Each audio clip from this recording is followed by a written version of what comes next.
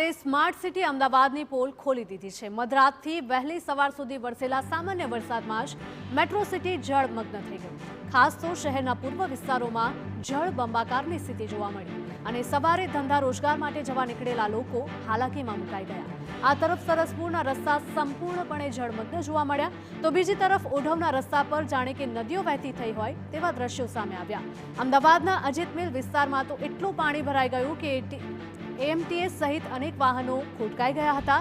નવા નરોડાના ગોપાલ ચોક વિસ્તારની સોસાયટીઓ કે જેમાં 3-3 ફૂટ જેટલા પાણી ભરાઈ ગયા હતા।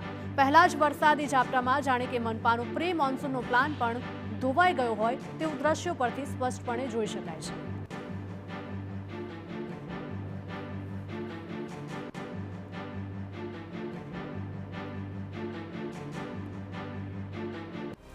વાત મહેસાણાની કરીએ તો મેઘરાજા મહેસાણામાં મુશ્કેલી બનીને વરસ્યા। હવામાન વિભાગની આગાહી વચ્ચે મહેસાણામાં મેઘાએ ધમાકેદાર એન્ટ્રી કરી।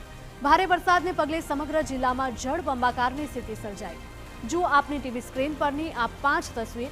વરસાદી પાણી ભરાતા બહુચરાજીમાં લોકોએ મુશ્કેલી વેઠવાનો વારો આવ્યો, તો કડીમાં નીચાણવાળા વિસ્તારો સહિત અંડરપાસમાં પણ પાણી ભરાયા હતા। તો મહેસાણા શહેરમાં પણ ઠેર ઠેર પાણી ભરાવાના દ્રશ્યો જોવા મળ્યા। તો વરસાદે ખેરાલુમાં પણ નાગરિકોના હાલ બેહાલ કર્યા હતા।